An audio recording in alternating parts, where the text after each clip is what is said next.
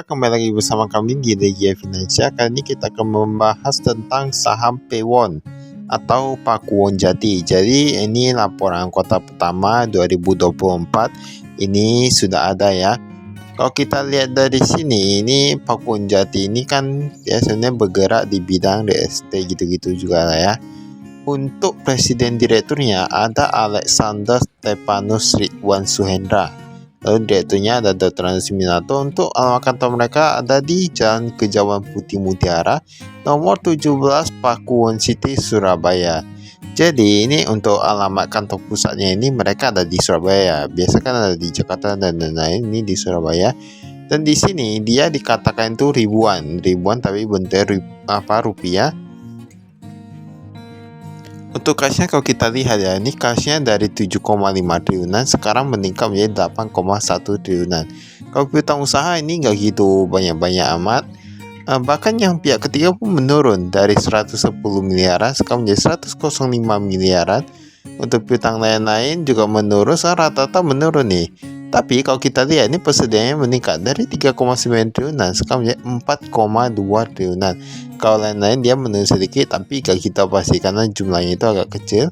Total aset lancarnya, nah ini pun banyak nih. Ini meningkat kurang lebih 700 miliaran. Total asetnya kalau kita lihat dari 32,7 triliunan sekarang menjadi 33,3 triliunan. Nah ini berarti ini setidaknya ada mengalami peningkatan ya. Ini sebenarnya kayaknya cukup bagus. Ini ada juga ini ada hutang jangka pendeknya. Hutang jangka pendeknya dia sedikit meningkat, tapi jangan gak gitu besar, dari 200 miliar sekarang 234 miliar. Hutang lainnya kepada pihak ketiga, nah ini meningkat sedikit juga, 138 miliar menjadi 148 miliaran. Total hutang jangka pendek dia meningkat. Untuk total hutangnya dari 9,9 triliunan sekarang menjadi 10,2 triliunan. Artinya apa? Kayak peningkatan ekuitasnya itu lebih tinggi ya. Kalau kita lihat di sini dia hanya bertambah kurang lebih sekitar 300 miliaran. Dan kayaknya ini gak gitu apa ya. Tadi kalau kita lihat peningkatan ekuitasnya itu kayak agak banyak. Maksudnya peningkatan asetnya tadi ya. Ini peningkatan ekuitas dari 22,795 triliunan sekarang menjadi 23,184 triliunan. Nah, data hampir sama dengan peningkatan yang hutangnya. Tadi setidaknya kita lihat persediaannya tadi meningkat juga. Untuk pendapatannya dari 1,3 triliunan sekarang menjadi 1,5 triliunan. Nah, ini agak meningkat. Dan beban pokok pendapatan, wah ini mereka bisa berhasil tahan juga sehingga laba brutonya dari 747 miliaran menjadi 800 miliaran. Jadi laba brutonya meningkat, kemudian kalau kita lihat beban penjualan pun meningkat sedikit saja. Beban umum dan administrasi 92 miliaran meningkat menjadi 121 miliaran, beban keuangan pun meningkat. Ini semua rata-rata meningkat ini ya. Tetapi penghasilan bunganya untung saja meningkat dari 77 miliaran sekarang menjadi 99 miliaran. Kalau kita lihat di sini, laba bersih yang dapat diatribusikan kepada pemilik entitas induk sebesar 330 miliaran. 330 miliaran dari 595 miliaran. Jadi kalau kita lihat ini laba bersihnya ini mengalami penurunan dari 500 miliaran menjadi 300 miliaran. Penerimaan dari pelanggan hampir sama. Kemudian penerimaan dari pelanggan bersih menurun sedikit. Pembayaran kepada pemasok meningkat dari 398 miliaran menjadi 437 miliaran. Kepada karyawan juga meningkat. Nah, kalau dari sini kita bisa simpulkan bahwa dia itu labanya kan menurunnya. Tadi kalau biasa 500 miliaran menjadi 300 miliaran. Namun seiring dengan penurunan laba itu mereka dikarenakan peningkatan beban. Ibaratnya penjualannya bertambah tetapi bebannya itu bahan pokok pendapatan dia gitu banyak, dari beban umum, beban penjualan itu meningkat drastis. Walaupun pendapatan keuangan mereka juga meningkat, tetapi itu tidak setara ya dengan itunya. Ini ada penempatan investasi obligasi juga. Nah ini ada disebutkan Presiden Komisaris ada Alexander Teja, kemudian Komisaris Insinyur Richard Adi Sastra, Presiden Direktur ada Alexander Stefanus Ridwan. Nah ini Alexander semua nih ya. Nah ini ada Suhendra, Eva Teja, ada Alexander. Nah rata-rata kayak gitulah ya.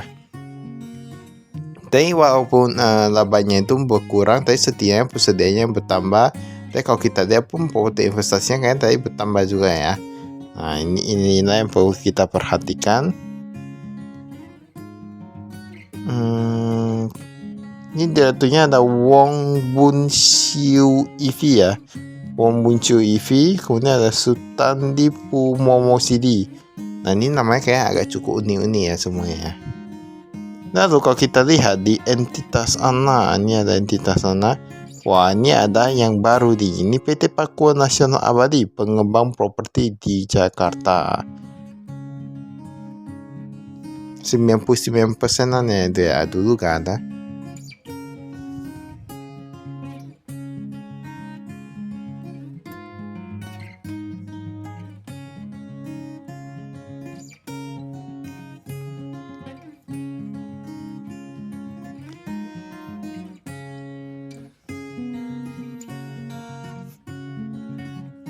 Nah ini kita lihat dulu yang kas dan setara kas. Kasnya ini dari 1,4 miliaran sekarang menjadi 1,5 miliaran. Ini yang kas di tangan ya. Kemudian kas yang di bank, kalau kita di sini ada US dollar, ada rupiah. Bahkan paling banyak mereka simpan di Bank Mandiri. Dulu Bank Standard Chartered Bank itu dari 20 miliaran sekarang menjadi 800 juta saja. Itu yang US dollar, entah kenapa ya, entah kenapa mereka penurunan cukup banyak, apakah terpakai atau mereka pindahkan. Tapi enggak juga lah, ini kalau kita lihat di Bank Mandiri ini dari 155 miliaran menjadi puluhan miliaran aja gitu ya. Berarti memang mungkin ada terpakai atau gimana. Yang paling banyak yang deposito berjangka yang di Bank Tabungan Negara. Bank Tabungan Negara mereka ada taruh sekitar 2,1 triliunan dari 2 triliunan, itu angkanya cukup besar loh. Untuk deposito, tapi saya agak sayang sih kalau di deposito. Tetapi ini seharusnya yang jangka pendek semua ya. Ini bersih jumlah kas dan setara kas dari 7,6 triliunan menjadi 8,1 triliunan. Mengapa kami bilang seharusnya yang jangka pendek semua? Karena biasanya kan kalau yang properti, kalau belum ketemu tanah yang bagus atau proyek yang bagus atau belum bangun proyek, kan dananya itu agak sia-sia misalnya kalau gak terpakai, jadi mereka mungkin taruh di deposito. Tapi mungkin jangka pendek. Kalau obligasi kan agak lama ya. Ini aset keuangan diukur pada biaya perolehan di amortasi. Oh ini ada mereka simpan di obligasi juga sebesar 300 miliaran. Nah tapi gak sampai kayak gitu ya yang deposito ya. Deposito kan agak banyak. Ini yang obligasi agak sedikit. Dari 379 miliaran bahkan menurun menjadi 315 miliaran. Ini aset keuangan. Nah ini ada mereka rincikan untuk obligasinya itu mereka simpan di Malaysia. Nah mana tahu ada yang mau ikut-ikutan simpan di obligasi. Nah bisa lihat juga di sini. Berdasarkan jenis usaha. Nah kalau kita lihat di sini, ini sewa dan ruangan ini agak tinggi ya. Masa sudah meningkat dari 71 miliaran menjadi 77 miliaran. Yang hotel sudah ada berkurang. Nah ini sewa ruangannya entah kenapa meningkat. Pokoknya yang untuk yang piutangnya ini semakin lama kayak semakin bagus tuh. Dimana kalau kita lihat di sini ini ada tren yang lebih baik ya. Dimana dulu yang lebih dari 1 tahun ada 1,3 miliaran, sekarang hanya tersisa sedikit saja. Nah ini persediaan meningkat, tanah dan bangunan meningkat. Ini ada Palm Beach, Laguna Lakes. Nah ini Laguna Indah, ada yang tahu gak? Nah tahu ada yang rumahnya di sini.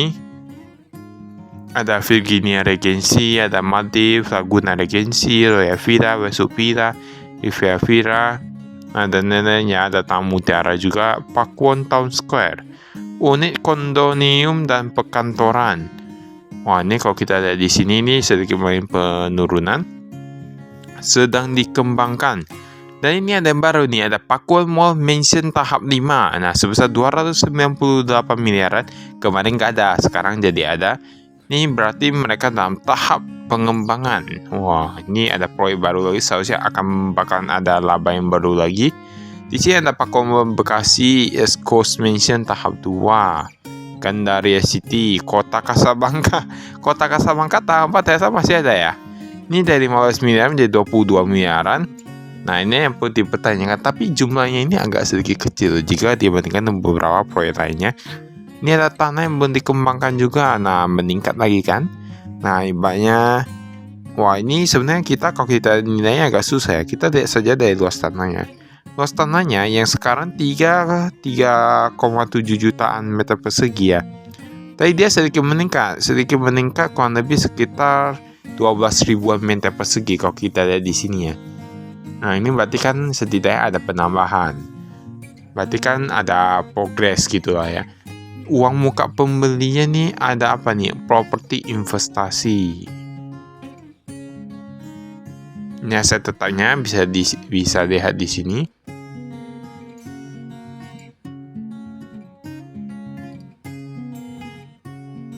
Nah, tadi ada Kota Kasablanca juga ya.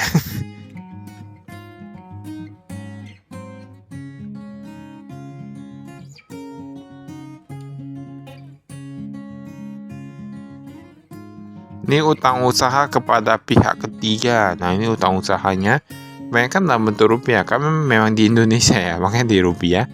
Ini ada utang usaha.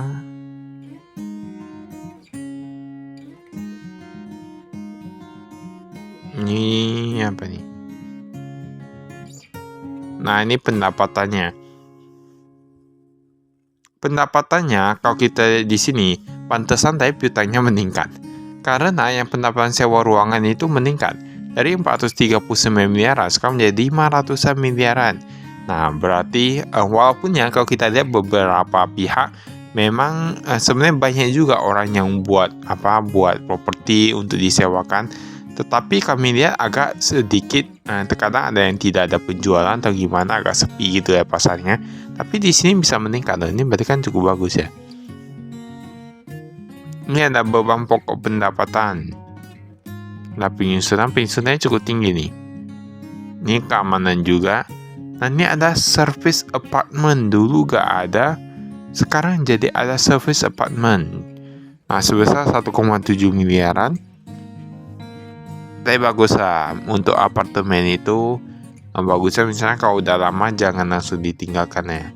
Banyak kan itu memberikan kesan baik, brand awareness bahwa setiap proyek yang kita bangun itu memang ada jadwal servis lagi. Jadi tidak langsung ditinggalkan gitu-gitu ya. Ini ada beban penjualan lah. Penyelenggara acara meningkat. Wah, berarti banyak acara nih. 8 miliar menjadi 12 miliar tadi. Beban uang dan administrasi, ada gaji dan tunjangan nih. Gaji dan tunjangan meningkat cukup banyak ya, 28 miliaran menjadi 47 miliaran. Walaupun kalau kita labanya berkurang, tetapi itu yang bertambah pula ya. Ini penghasilan bunga deposito berjangka. Nilai yang tadi kayaknya deposito berjangka agak banyak, yang lainnya kayaknya yang obligasi nih. Memang rata-rata kayak gitu sih. Misalnya kalau perusahaan dia modalnya banyak tapi ada mau dipakai juga, mereka gak bakalan takut sih taruh di yang jangka panjang. Nah, ini hasil segmen kalau kita lihat di sini. Ini ada real estate perhotelan, ini 550 miliaran, 189, 111.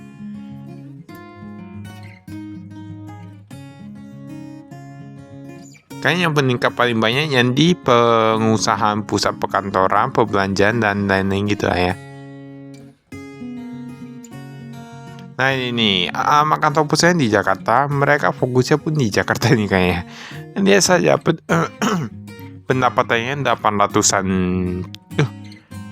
800-an miliaran nih ya, 800-an miliaran dari 700-an miliaran. Pun meningkat juga ya, itu bahkan yang paling banyak.